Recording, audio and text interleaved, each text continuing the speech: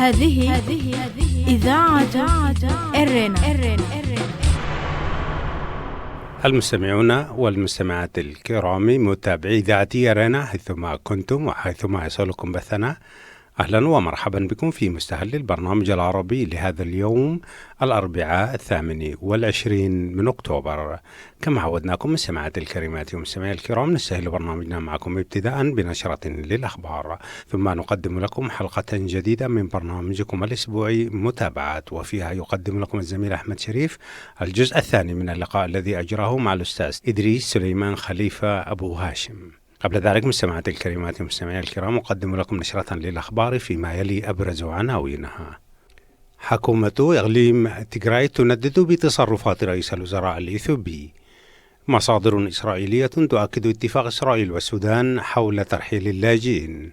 الموت يغيب الصحفي الإريتري برهاني والد جبريل. كانت مستمعاتي الكريمات ومستمعي الكرام تلكم عناوين النشرة، وإليكم تفاصيل من إذاعة إرينا.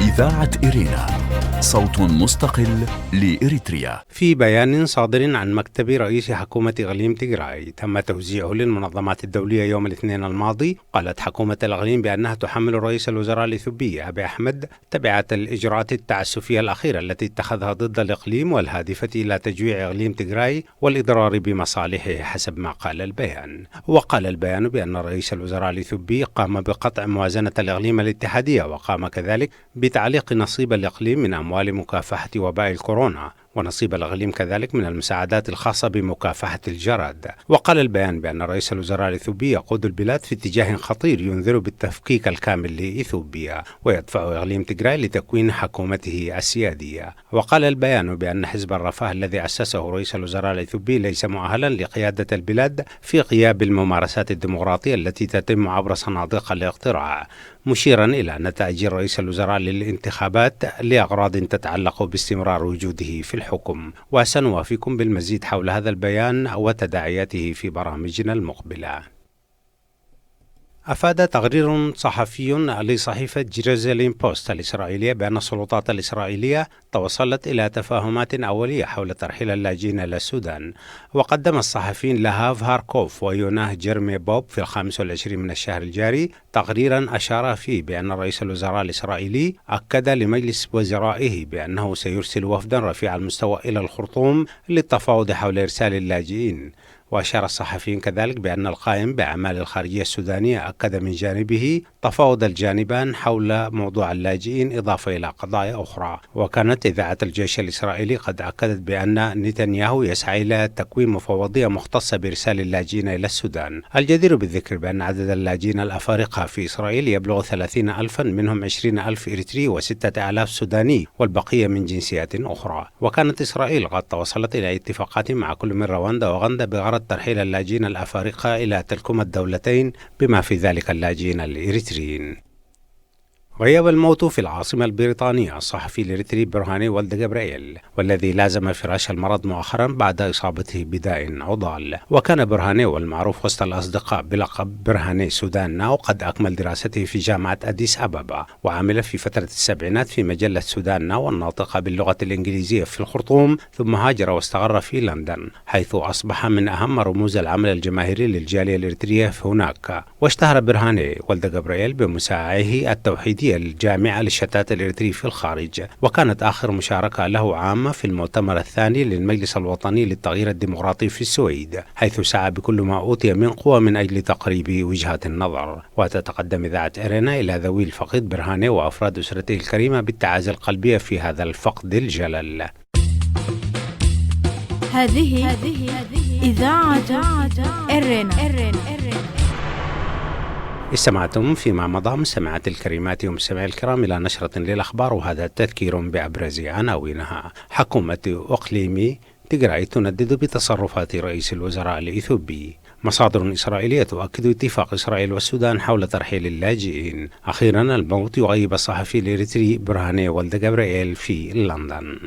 استمعتم فيما مضى مستمعات الكريمات ومستمعي الكرام إلى نشرة للأخبار قدمتها لكم من إذاعة إرينا. متابعة طيبة أرجوها لكم مع ما تبقى من فقرات برنامجنا. هذه إذاعة إرينا. مستمعينا الأعزاء لمتابعي إذاعة إرنا الدولية، السلام عليكم ورحمة الله وبركاته. مرحبا بكم إلى حلقة جديدة في برنامج متابعات، وإليكم سادتي الجزء الثاني مما بدأناه من حديث مع الأستاذ إدريس سليمان خليفة أبو هاشم. وقد تحدث في الحلقة الماضية من برنامج متابعات كمفتتح لإذاعة إرنا الدولية اللي في فوزها بجائزة الشجاعة الصحفية في إفريقيا. أستاذ إدريس، مرحبا بك في إذاعة إرنا الدولية مرة ثانية. هذه إذاعة إرنا. مرحبا بك أستاذنا أحمد شريف، ومرحبا بإذاعة إرينا، ومرحبا بالمستمعين الكرام في إذاعة إرينا مجددا. شكرا لك حبيبنا. وطبعا بدينا كمفتتح يعني أو مقدمة، عملنا الحلقة اللي فاتت أهمية الإذاعة في المجتمع وعلاقتك بالإذاعة. نعم. مستمع، وفي نفس الوقت برضو أنت رجل ناشط في الآداب والفنون، ودي تجربة إن شاء الله نحكي فيها في المستقبل. الآن نأتي إلى الجائزة التي نالتها إذاعة إرنا الدولية فيما يخص الشجاعة الصحفية في إفريقيا. أستاذ إدريس، قريت الخبر ده وين ولا سمعته من الإذاعة؟ والله طبعا أنا قرأت الخبر كغيري من المصدر المتابع، وهي إذاعة إرينا طبعا. وطبعا هو كان بالنسبة لي خبر يعني مثلج ومفرح، كونه انه اذاعه مثل اذاعه إرينا يعني تخطو بخطوات ثابته وتكون لها بصمه على مستوى الاذاعات الافريقيه وتتبوأ هذه المكانه، هذا ليس بالامر السهل بصراحه. يعني هنالك الكم الكبير والكم الهائل من الاذاعات، لكن ان تكون مميزا وان تنال جائزه فهذا موضع محل توقف ومحل بحث، يعني لانه لا يمكن أن تكون هنالك إذاعة أو أن يكون هنالك برنامج في ظل هذا الزخم الإعلامي الموجود يشار إليه بالبنان أو يتميز وينال جائزة، اللهم إلا إذا كانت هنالك جهود قيمة وجهود كبيرة وجهود حثيثة منقطعة النظير. أقول يعني هذا لعلمي بالأخوة الذين يعملون في إذاعة إرينا، وهم ليسوا بدعم من الإعلاميين المميزين، الأستاذ فتح عثمان وشخصك الكريم أستاذ أحمد شريف، وأنت رجل لك باع طويل في هذا المجال، فهذا أمر ليس بغريب، ولا سيما أن الإذاعة قد أخذت من قبل أكثر من جائزة. أنا أذكر قبل أقل من عام سنأتي إليها أستاذ إدريس مع الشكر الجزيل. جميل. فقط نذكر المستمعين على أنه منظمة تنمية الإعلام الإفريقي اللي بتتخذ من ولاية كادونا في شمال نيجيريا هي التي منحت جائزتها السنوية، وهي تأتي تحت عنوان الشجاعة الصحفية للإذاعات، ونالت إذاعة إرنا الدولية في باريس كما ورد في الخبر ذلك لدورها الشجاع في صنع حيز إعلامي للشعب الإريتري في الداخل والخارج، خاصة في ظل حكومة ديكتاتورية تسيطر على الإعلام المحلي. هذا ما جاء في صدر الخبر. طبعا أهمية الإذاعة كيف تراه أستاذ إدريس في ظل حكومة ديكتاتورية وإعلام أحادي الاتجاه، إذاعة، تلفزيون، صحافة، كون ينشط هذا الإعلام في الخارج مع مشاكل زي ما أنت عارف في كل شيء، وأهمية تراها كيف، وتفتكر أنه المتابعة كانت لها كيف من هذه المنظمة الإفريقية لتنمية الإعلام؟ أول طبعا أهمية الإذاعة أستاذ الكريم لا يشك فيها اثنان في ظل هذا التوقيت وفي ظل هذه الحيثيات التي ذكرتها أنت. ففي دولة يعني تعتبر الآن إريتريا يعني خلينا نسميها هي كوريا الشمالية بالنسبة لإفريقيا، من حيث القمع، من حيث الدكتاتورية، من حيث يعني التعتيم الإعلامي، من حيث السيطرة على كل شيء. جميل.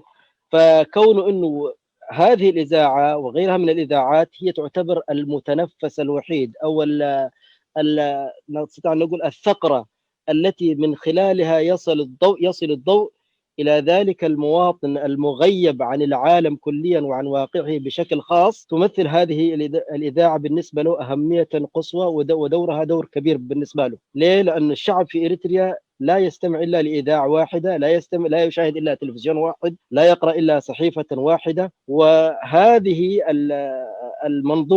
منظومة الإعلام التي ذكرتها وذكرتها الآن لا تفرق إلا محتوى تريده الجهات القمعية أو النظام الدكتاتوري لصالحها، وبالتالي هذه الإذاعة تكمن أهميتها في أنها تنقل الحقيقة التي غيبت عن هذا المواطن أو عن هذا المستمع في داخل بلاده، فتعتبر هي الثغرة أو التي ينفذ منها ضوء الحقيقة إلى المواطن الإريتري أو الشعب الإريتري في الداخل. وهذا في حد ذاته يعطي أهمية كبرى، لأن الإنسان يقيم الأوضاع من زاوية أخرى غير الزاوية التي بجانبه أو غير الزاوية التي يراها، فهنا تكمن أهمية الإذاعة. هذه الإذاعة لولا هذه الميزة الكامنة فيها وخدمتها للحقيقة للمجتمع الإريتري في الداخل والخارج لما وصلت سمعتها إلى الآن احنا يعني نتكلم عن مدينة كادونا أو ولاية كادونا في نيجيريا.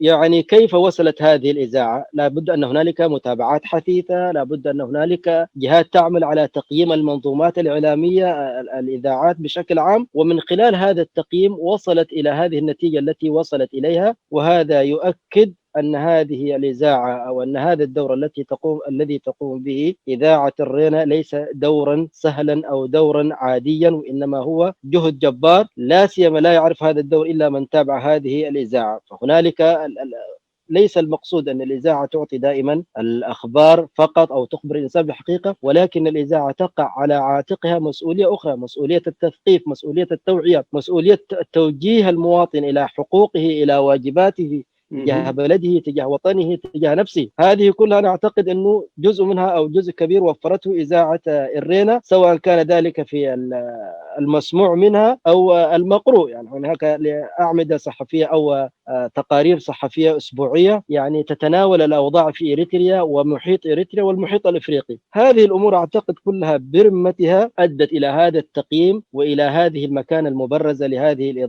الإذاعة ومتابعيها، مما جعل القائمين على منظمة تنمية الإعلام الإفريقي منحها هذه الجائزة، ذلك لأن هذه الإذاعة، أنا من ما لاحظت أستاذ أحمد معلش يمكن أكون طولت في الجواب، لا أبشر إنه إذاعة الرينا ليست من الإذاعات التي تسعى للتسابق الصحفي. لماذا لو قال السائل لماذا لا نسعى إلى السبق الصحفي مع أهميته؟ لأن كثير من التغطية الصحفية أو السعي السبق الصحفي يشوبه أو تشوبه أخطاء تتمثل في نقل خبر غير صحيح، تتمثل في نقل معلومة غير صادقة، وبالتالي ذلك هذا النقل يؤدي إلى ضعف مكانة هذه الإذاعة أو مكان هذه المؤسسة الإعلامية. هذا أنا ما لاحظته في إذاعة الرينا، أنها لم تأتي بخبر إلا إذا تأكدت من مصداقيته ويقينه. ولذلك أنا أول يمكن معلومة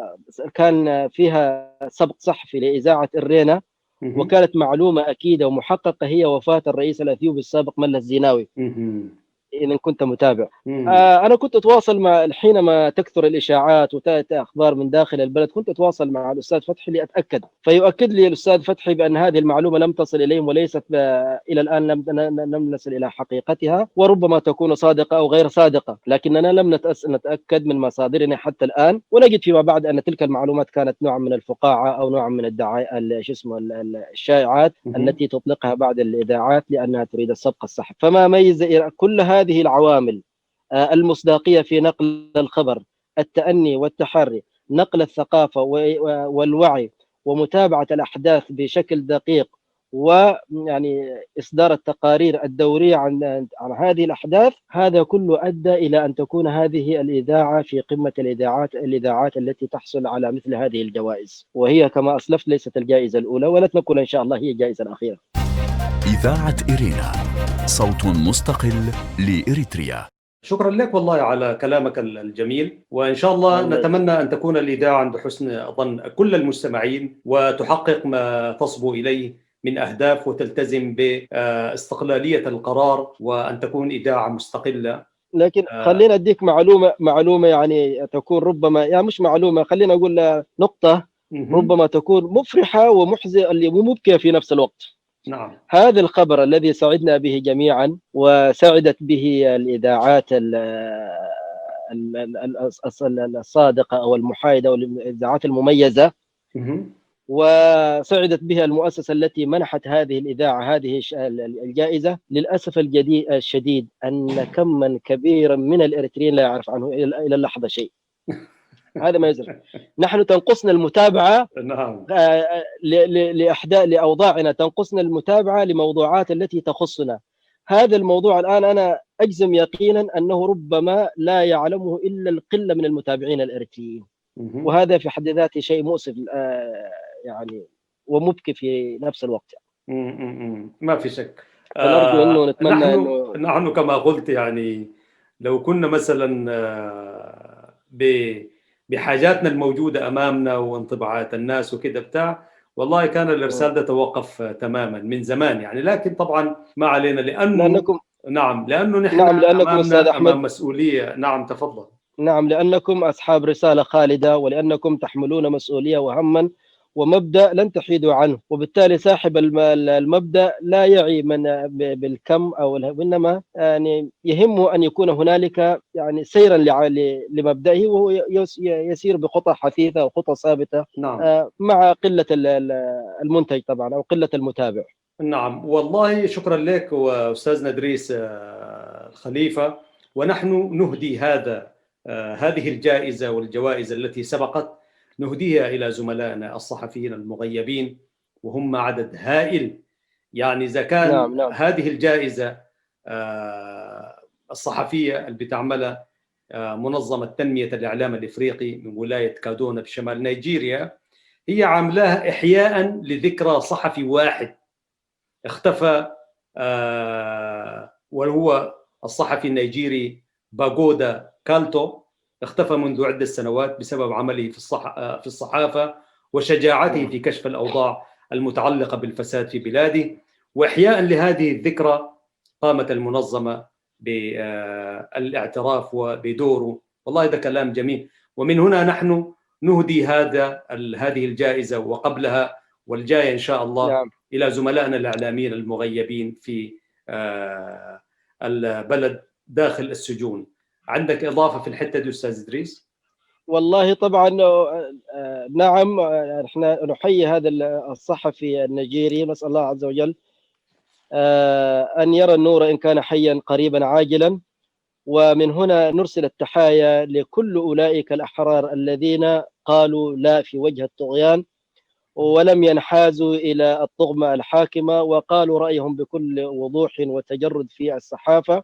كل إعلامي إريتريا دون ذكر أسماء فهم كثر لا تحصيهم الآن، لا تحيط بهم الذاكرة. لكن نسأل الله عز وجل أنه أن يروا النور قريبا عاجلا غير آجل، وإن كانوا في الأحياء وأن يتولاهم الله برحمته إن كانوا في الأموات. ونتمنى، وهذا الجهد يستحقونه ويستحقون أكثر، ولكن لهم في أعناقنا دين أكبر من هذا الجهد، ينبأ من هذه الجائزة. ينبغي أن نوفي بهذا الدين، لأنهم ما قالوا لا لأنفسهم ولا قالوا ولم يقفوا صدا في وجه هذا الطغيان إلا لأجل حرية هذا الشعب، وإلا لأجل مصلحة هذا الشعب، وإلا لأجل مصلحة هذا المواطن. لذا ينبغي على المواطن الإريتري أن لا ينسى هؤلاء، وأن يسعى بكل ما أوتي من جهد ومن قوة في كل المحافل أن يذكر مآثرهم ومحاسنهم، وأن يطالب بالإفراج عنهم والكشف عن مسيرهم. هذا أقل الحقوق التي ينبغي أن نقوم بها. هؤلاء الخيرة من أبناء شعب إريتريا هم الجنود المخلصون المجهولون حاليا، الذين يعني ضحوا بأرواحهم وتركوا أبنائهم وعوائلهم لأجل أن يقولوا لا للظلم ولأجل أن ينطقوا بالحقيقة. وهذه هي المبادئ والقيم التي يحملها الصحفي. فالتحية لهم والتجلى والتقدير لكل أولئك الأحرار الذين غيبهم النظام الظالم وهذا النظام القمعي في إريتريا. ونرجو إن شاء الله أن يروا النور قريبا وأن يعجل بهلاك سجانهم. هذه إذاعة إرينا. آمين إن شاء الله. شكرا لك أستاذ إدريس. نواصل معكم وأمامنا دقائق. متابعي إذاعة إرينا الدولية من باريس، وهذه الحلقة في برنامج متابعات، والمتحدث إليكم هو الأستاذ أبو هاشم. نتحدث عن الجائزة التي نالتها إذاعة إرينا الدولية جائزة الشجاعة الصحفية في إفريقيا من منظمة تنمية الإعلام الإفريقي، واللي بتتخذ من ولاية كادونا شمال نيجيريا مقرا لها. والجائزة السنوية نالتها الإذاعة مع برضو فوز واحدة من زميلاتنا بالجائزة وهي من غامبيا، بوصفها طبعا انتقدت الممارسات السلطوية لحاكم غامبيا السابق يحيى جامع، وتعرضت بسبب ذلك للاعتقالات وتم نفيها إلى جمهورية مالي. فقط نذكر أعزائي المستمعين أن هذه الجائزة هي الثالثة كما ذكر أستاذنا إدريس لإذاعة إرنا الدولية بعد جائزة منظمة وان وول ميديا في لندن عام 2017، وجائزة حقوق الإنسان في وزارة العدل الفرنسية عام 2019. أستاذ إدريس، برأيك هذه الجوائز برضو في جوانبها الأخرى أنها تحمل مسؤولية أكبر لإذاعة إرنا والعاملين بها والمستمعين، فكيف ترى هذه النقطة أستاذ إدريس؟ ودايرين كلام صريح شوي. طيب أستاذ الفاضل، طبعا رغم أني لست من الذين لهم باع في المجال الإعلامي والإذاعي، لكن خلينا نقول حقيقة واحدة أستاذ أحمد، أن إذاعة إرنا لم تحصل على هذه الجوائز كلها تحمل الطابع الإقليمي أو الدولي، باستثناء الجائزة الفرنسية ربما لأنها كانت في داخل فرنسا، جائزة حقوق الإنسان. لو عملنا إحصائية عن الإذاعات أو عن المناشط الإريترية الموجودة في المهجر التي تعنى بعكس الواقع، نجد أن إذاعة إرنا هي إذاعة مميزة. جميل. هذا التمييز جعلها تقطف هذه الثمار التي رأيناها. يقولون دائما ليس من الصعب أن تبلغ القمة، ولكن الصعوبة تكمن في المحافظة على القمة. أنتم إذاعة إرنا الآن هي في قمة الإذاعات الإريترية أو وسائل الإعلام الإريترية الموجودة في الخارج. نعم. والمسؤولية ملقاة على عاتقها بشكل أكبر في المرحلة القادمة لأن تستمر على النهج ذاته واحد، ولأن تقدم المزيد من الجهد وتبذل المزيد من طاقاتها في سبيل تعرية وكشف حقيقة النظام الجائر، وتوعية هذا الشعب أو هذا المواطن بما يجب له، بما يجب عليه، وبحقوقه وواجباته بصفة عامة تجاه وطنه وتجاه بلاده. هذه الرسالة المهمة أو هذه الجوائز وهذا التقديرات تلقي على عاتق هذه الإذاعة مسؤولية جسيمة مرة أخرى لأن تستمر على نفس المنوال، ولأن تبذل المزيد من الجهد، ولأن تكون في الطليعة، والطليعة دائما تتطلب جهدا جبارا، وهذا ما يجب عليكم أن تعملوا فيه، وأنتم لستم دون ذلك، فأنتم أهل لذلك. والمطلوب أن إعلاء الهمة وعدم الالتفات للانتكاسات أو عدم الالتفات إلى التثبيطات من يمنة أو يسرى. نعم، نحن دائما الإنسان الذي يعمل هو الإنسان المعرض للنقد وهو المعرض للانتقاص. الذي لا يعمل لا أحد يعترض عليه أو لا أحد يقترب منه، لكن من يعمل هو دائما الإنسان الذي يكون معرضا للانتهاك، معرضا للتهديد، معرضا لغير ذلك. فالمطلوب أنكم تتحملون المسؤولية كما تحملتموها من أول، وأنتم صمدتم أكثر من 10 سنوات الآن في عمر الإذاعة، ونتمنى لكم إلى أن توصلوا هذا المجتمع إلى بر الأمان، وتعود هذه الإذاعة إلى إريتريا وتكون رافد من روافد الإعلام الإريتري مستقبلا. نرجو أن تحافظوا على هذه القمة وعلى هذا الأداء، وأعانكم الله على ما أنتم فيه من مسؤولية إن شاء الله. أستاذ إدريس، طبعا بجهود المستمعين والمشاركين. أستاذ إدريس، في ختام هذا اللقاء أعتقد برضو من الأهمية في رأينا أن هناك شركائنا وزملائنا في الإذاعات الموجهة إلى الداخل دون ذكر أسماء، هي كثيرة طبعا وفيها مراصد برضو تلفزيونية. فتفتكر أنه التنسيق المفروض يكون موجود بين الصحفيين في الخارج مطلوب بالشكل موجود بالشكل المطلوب؟ وإذا ما موجود كيف يمكن الاستفادة منه؟ وإن كان المسائل دي ممكن يقول واحد يقول يا أخي أنتم ما براكم شوفوا الشغلة دي، لكن برضو أحيانا لدى المستمعين بتلاقي في إرشادات وفي موجهات جميلة يعني. فكيف ترى الإعلام في الخارج؟ نعم، هو والله هذه نقطة مهمة أستاذ أحمد، ونقطة جديرة بالاهتمام، وفي نفس الوقت هي يعني فيها ما فيها من الأمور التي تجعل الإنسان أحيانا يعني يحزن. يعني الآن لو حصر ما أستطيع أن أحصر، ولكن لو حصرنا الميديا الإريترية الموجودة النشطة في الخارج هي كثيرة جدا، ولذلك تجد عقل الإنسان مشتت. يعني نادر ما تلاقي ذلك التنسيق، اللهم إلا من باب الزمالة أو المسمى، الزميل الصحفي فلان أو زميلتنا أو الإذاعة الإريترية المكان الفلاني. لكن على أرض الميدان ليس هنالك، أنا حسب فهمي البسيط أو حسب ما أعرفه، ليس هنالك تواصل أو يعني تداخل أو يعني تكاتف أو شراكة إعلامية. هذه الجهد المبعثرة وهؤلاء الإعلاميين المبعثرين في شتى البقاع وفي شتى الوسائل، لو تضافرت جهدهم في وسيلة أو وسيلتين صدقني كان حتزلزل أركان النظام في يوم وليلة.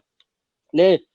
لأنه تجد هنالك من يسمع للإذاعة الفلانية، هناك من يسمع للإذاعة الأخرى، هناك من يسمع للموقع الفلاني، هناك من يقرأ في الموقع الفلاني، فتجد حتى المواطن الإريتري متشتت.